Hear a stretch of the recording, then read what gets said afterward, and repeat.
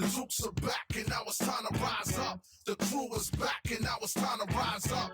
The Dukes are back and now it's time to rise up. Rise up, rise up. The Dukes are back and now it's time to rise up. The crew is back and now it's time to rise up. The Dukes are back and now it's time to rise up. Rise up, rise up. All right, and welcome to the initial The D's on Fire podcast. Jordan McCloe joins me, Nick Frost, as we give you a listen as to all things Duquesne sports. Today's big news, of course, and this week's big news for Duquesne, we got Bryce James. We're going to lock him up. Oh, yeah. He's going to join our class in, 2025, 2026, somewhere around there. Yeah. And then he's not going to be one and done because he loves Danbrought so much. He'll be here all 4 years, get his number retired, and then join his dad in his 25th season in the NBA by that time. So Yeah, it's great news for a long time. Maybe a national championship somewhere in between there too. Oh, at least one. Pipe dreams, but Just to go through all the activities so far this week, Duquesne women's soccer did have their first game against Penn State, who is the number 14 team in the nation in women's soccer. So they put up a fight, but, didn't quite upset Penn State. And then the men's team and women's team have games on Thursday. We're recording on Wednesday, so we don't know what happened. But, hey, Duquesne looks great. They're off to a great start. Men's team is at Ann Arbor, and I think they're going to win. So we'll see how they do when you hear this on Friday. Jordan, any thoughts? No, I agree. I think, I see maybe a 2-1 victory for them there. Definitely going to give a goal, but who knows? Pull up the upset, show them up. I think it'll be nice. And then the women are at Youngstown State, correct? That's correct. Youngstown State, 7 p.m. So there might be more Duquesne fans at that game than will be at Ann Arbor. But 7 p.m. start time. I think the women's soccer team rebound from their loss at Penn State in that one and will win handily. I'm going to go 3-1 prediction with all of my knowledge of women's soccer. It's close. They did beat them last year 2-1. So all right, giving them an extra goal this year. Yeah. And then volleyball opens up their season on Friday, starting at 10:30 a.m. at the Penn State Invitational. They play Loyola, Maryland, bright and early, and then they play West Virginia at 4 p.m. later that day before playing Penn State at Penn State at 3:30 on Saturday. So a lot of big name competition to open the seasons for the Dukes in every sport imaginable, and that of course includes football, where they'll be playing at Florida State at Doak Campbell Stadium, 5 p.m. on Saturday, where we'll be on a nationally televised ACC network. And it's such a competitive game, the gambling sites haven't even put a line out. So they don't know where to go with this one. It's dead even. Yeah, a real barn burner they're anticipating. And I just want to welcome all the Florida State fans who are probably listening to this. We may have more Florida State fans listening than we do Duquesne fans on this first episode based off of the Twitter interactions our account has had before dropping its first episode. So Duquesne's football team opens up against a nationally recognized program at their stadium of 80,000, which is about 40 times bigger than our typical audience at Duquesne. And Duquesne's prepped by playing Florida State music basically all week in practice to try and get them ready for the atmosphere. I don't know how the speakers are going to translate really to the 80,000 person crowd, but they got to try something. Yeah, they need a lot more speakers to practice with. That is going to be loud. Going through all the articles that I've read going up to this game, there have been a lot of talks about who the quarterback's going to be between Prentice, who played most of last year after Joe Mishler went down with his, I believe, knee injury in the first game against TCU last year. TCU and Duquesne was kind of similar expectations of this one. It was a 42-point spread in that game, and it pushed. So Vegas was really aware last year. And hopefully Duquesne does a little better this year. I think so. I think this is I see the line, like I said, being somewhere right around there, maybe even a little more just because, an ACC school too, Florida State. But I see the Dukes covering, returning quarterback one way or another. I think it's going to be, we had a couple all NEC players. I think we can make a real push here, put up some points. Yeah. I mean, there's been the quotes in some articles where Duquesne's coming to shock the world, trying to shock the world. When reading the articles in full, that's a player's hope that they can shock the world. We'll see how the game actually turns out. I will say that in past years against FBS schools, the Duke's offensive and defensive line haven't gotten put the push that on their side, and they've gotten pushed around. But this year's squad, both on the offensive line and defensive line, have gotten a lot bigger. Coach Schmidt talked about that, saying it was an emphasis in recruiting to get bigger on both lines so that they're not as easily pushed around by the bigger schools. We'll see how they match up. That's quite a big first test for them. Oh, yeah. But, too, with Florida State has struggled in the past with early FCS opponents. So that's at least one thing pointing in our direction there, because they did have that loss last year too. So who knows? Maybe we can make it 2 years in a row. Yeah, as all the Florida State fans are aware, they're coming into this with a 5 straight losing streak at the home opener of their stadiums. And last year being against Jackson State and Deion Sanders before they got all the big name recruits in this recruiting class. And LSU was set to be their home opener originally, and then they added our game to week 0. So there are schools out there that are questioning whether that might have been motivated by the losing streak that they're on for their home openers. Obviously, I'm not one who's going to add that, but I have seen that thrown around on Twitter. Hey, I agree. I think they're a little nervous, but who knows? That plan might backfire and it might be even worse. So who knows? Because if that turns out to be, and we really are able to pull this off, who knows?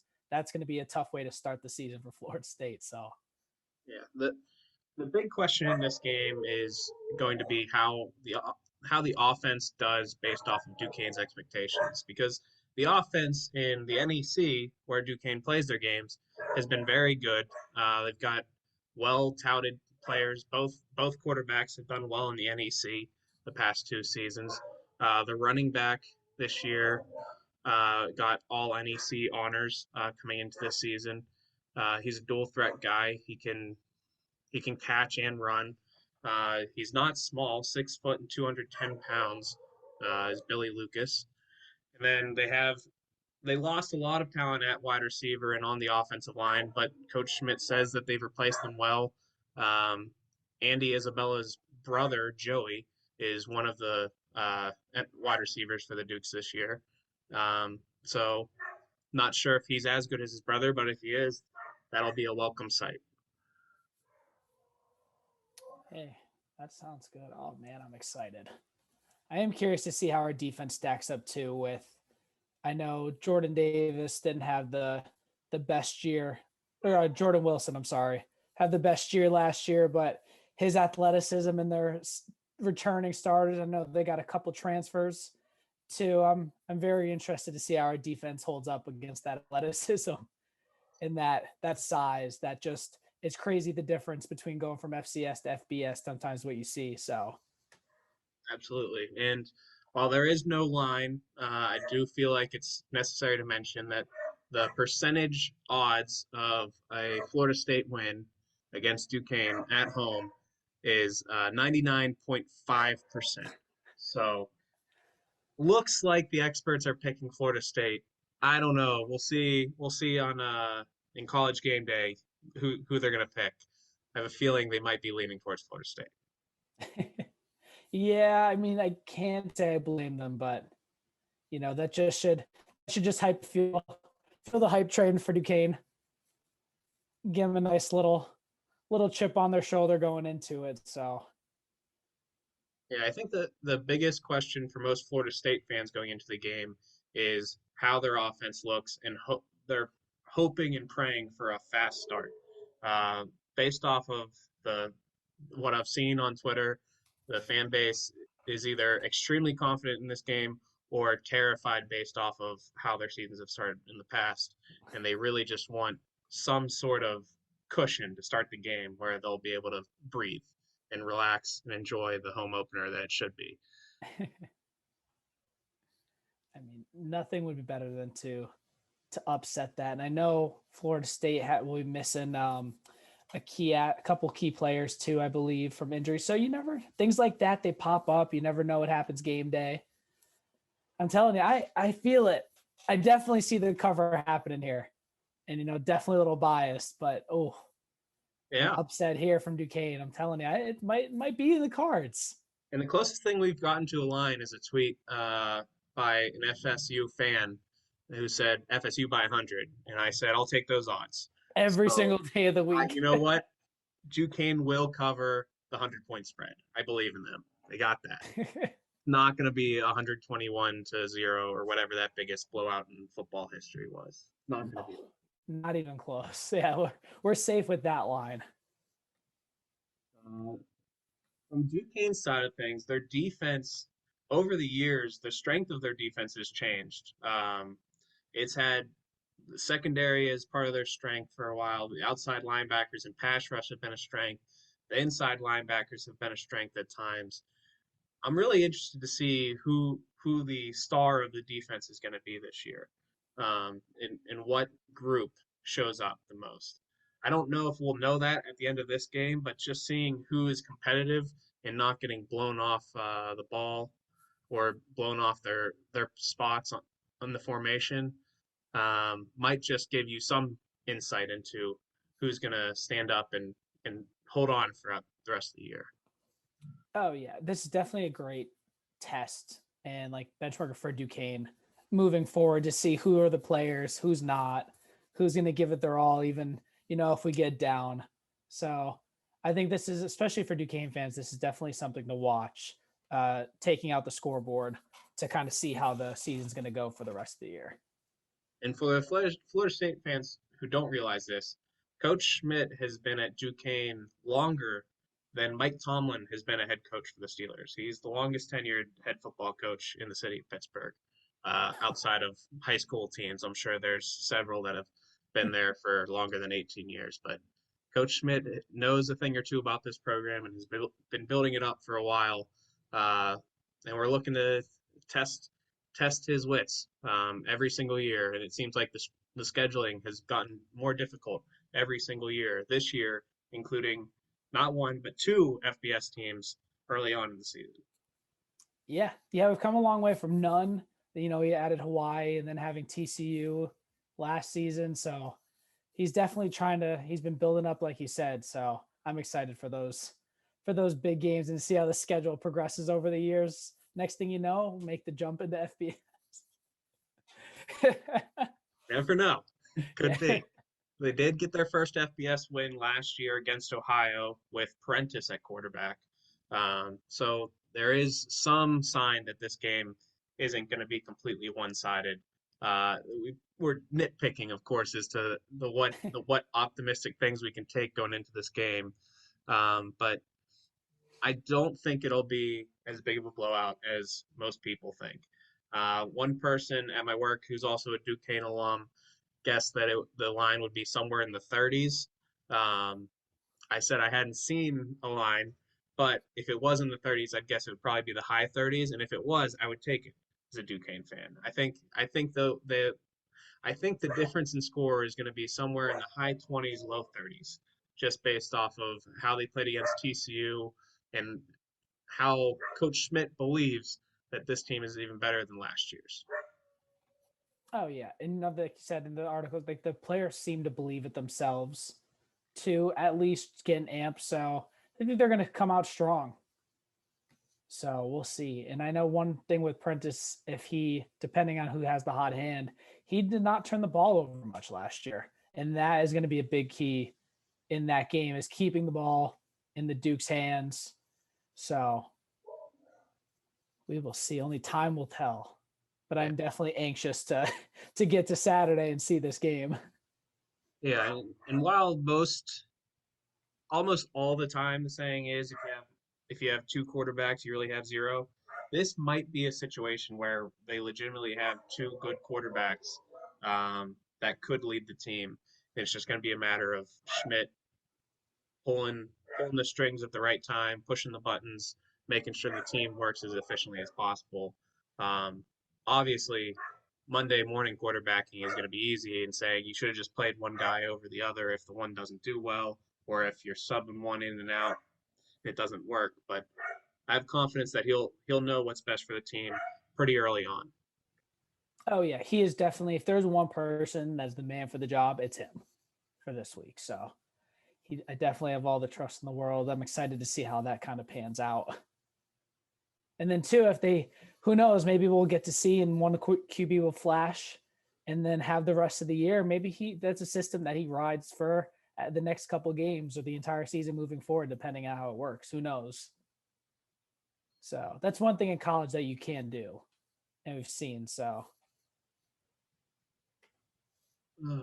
And while I did mention that Duquesne's lines have gotten offensive and defensive lines have gotten bigger over the years, I noticed that Florida State has a 6'7", 336-pound player starting at right guard, who and Duquesne, despite getting bigger, does not have that kind of size on the line. I believe their biggest is a 315-pound nose tackle, who is not 6'7". So that will be an interesting matchup as those two probably go up against each other during the game. That's going to be something to see. Oh man, 6'7". Oof. Yeah, I guess they grow a little bigger down south. Yeah, we don't have that here. We definitely do not, but it'll come down to, to the heart, especially on our side too, because Florida State might have the size, but who wants it more? Yeah, Duquesne's going to have to rely on Florida State not being as juiced up as you would expect based off of their opponent. The players not making mistakes out of from adrenaline and being hyped up to play in such a big atmosphere, not getting overdone by the noise and the pressure, and the quarterbacks and running the offense effectively, not giving up turnovers, not giving up quick 3-and-outs, and trying to win the field position battle as much as possible. And really, the defense has to play a very disciplined style to try and keep this game close. Oh yeah, Florida State comes out slow. All it takes is a big play here or there, and then we have a game. Do, and it kind of gives feelings like the Steelers game against the Chiefs in the playoffs, where I'm a little worried with the Steelers or the Duquesne Dukes coming out too well, like the Steelers did after the T.J. Watt defensive touchdown, because then that might wake Florida State up enough where they just go off and don't stop scoring. So just have to lull them to sleep, slowly manage the game, and that's really seems like the only chance that Duquesne would have of pulling off the huge upset of winning the game. Still believe that they'll cover whatever spread that's thrown their way, but definitely think that the win is a 0.05% chance of happening. I'll agree with the odds makers. Oh yeah, and too, Coach Norvell has to feel a lot of heat with this game because he hasn't had the last couple of years since he started. I believe this is his fourth year, that I think many believed when he came to the program. So starting off here, we said before getting to LSU and having a good first game is key for him. And I'm very curious to see FSU fan reactions as the year goes on, and if they're going to want to keep him or not.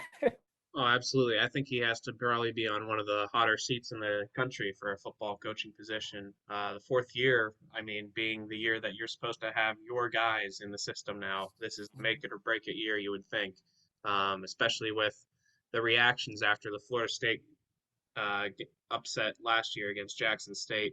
Notorious Twitter users uh, creating a Twitter Spaces and just ranting about how it's a dumpster fire. The program being a dumpster fire. Uh, Obviously, a year's changed since then. Building hope back up in Coach Norvell. We'll see how this season turns out.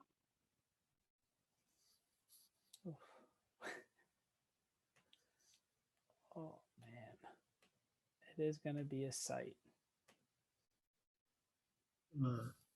From what I've listened to, it doesn't sound like the players are looking past this game. Uh, Seems like they're being taught one day at a time, giving all the right answers by the media. So there is that aspect where they don't seem to be overlooking, but saying all the right things is one thing. Actually going through with the process, having the right mindset in the game is really what we're going to see on Saturday.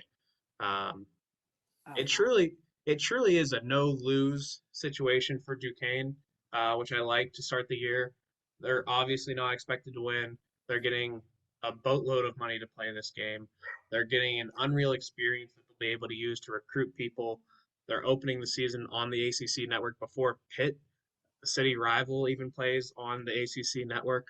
Um, and if they keep it close, even better for national recognition, for recruiting, and everything else that comes with it. And it gives the alumni a chance to watch them wherever they are in the country. Yeah, because you really don't, especially if you're far away, you don't get to see too many games. So definitely a great opportunity for Duquesne to get some recognition, especially like we talked about at the very beginning with Bryce James getting an offer. So putting Duquesne on the map and in all the news, and then kind of sliding its way into now national television against Florida State with one of only a handful of games in week 0. So this is the bright lights. Like you said, it's a win-win essentially, or no lose for Duquesne. Absolutely. And going back to the Bryce news that we opened up with, I did find it a little odd. I don't know if you saw any Twitter reactions, but it seemed like A10 Twitter uh, might have been a little jealous or upset with Duquesne getting so much shine. A lot of them kind of trashing the idea that he would ever come to Duquesne and just saying it's a non-story. I get that reaction. You know, the odds are probably not great that he'll end up at Duquesne. He's only 15, but the fact that there is a chance that we're probably the best school in the A10 fit wise based off of the previous relationships with the head coach and new associate head coach. That there's not another A10 team that has better odds to land him than Duquesne. No, not even close. Especially being because with LeBron and his brand too, of Duquesne having that Nike gear, and and him repping Duquesne, and like you said with Coach Dambrot and Coach Joyce, they're like, we have those ties that, I mean, we definitely have the best odds. And who knows? I mean, big time players, especially now, they go to smaller schools, like, or maybe just not powerhouses, Michael Porter Jr., James Wiseman. So we could definitely see we have a chance as the years go on and as long as they stay on it. I mean, I like our odds. I was originally told, was it last year or 2 years ago? I was on a tour of the new facilities at Duquesne for the Chuck Cooper Fieldhouse, and I was informed that once Dambrot leaves, the LeBron signage leaves as well. But now with Coach Joyce on board, that might not be the case, and we might be able to keep the LeBron signage around even after Dambrot eventually leaves the program. Oh, that's nice. That is nice to have. That just adds a little something. It does. I feel like the Jordan brand and the LeBron brand in particular are two of the most well-liked brands when it comes to basketball gear. And I feel like that has to help with recruiting. Oh yeah, yeah. Just the cool different gear that they get that a lot of schools don't definitely has to help. Maybe not a lot, but at least it definitely plays a part in there. Absolutely. degree. So, And speaking of the cool gear, we do want to give a shout out to any managers and practice players out there for the men's and women's basketball teams that can get free cool gear just by signing up and being a team manager or a practice player for the women's team. We've definitely benefited from that in the past and definitely recommend it. oh yeah, I have plenty of gear. I still have my travel suitcase that I use to this day for things from being a manager. I So, went I went back to my parents' house a few weeks ago, went under my bed and found more of the Duquesne basketball shoes that we got for free from the women's basketball team. So I'm restocked. It's like I just got a whole new shipment sent my way. It's great. oh yeah, I know that is definitely being a practice player and starting in that was one of the best experiences um, in college. 100%. You know, getting to play with those players and getting all that coaching. Oh, it was a lot of fun.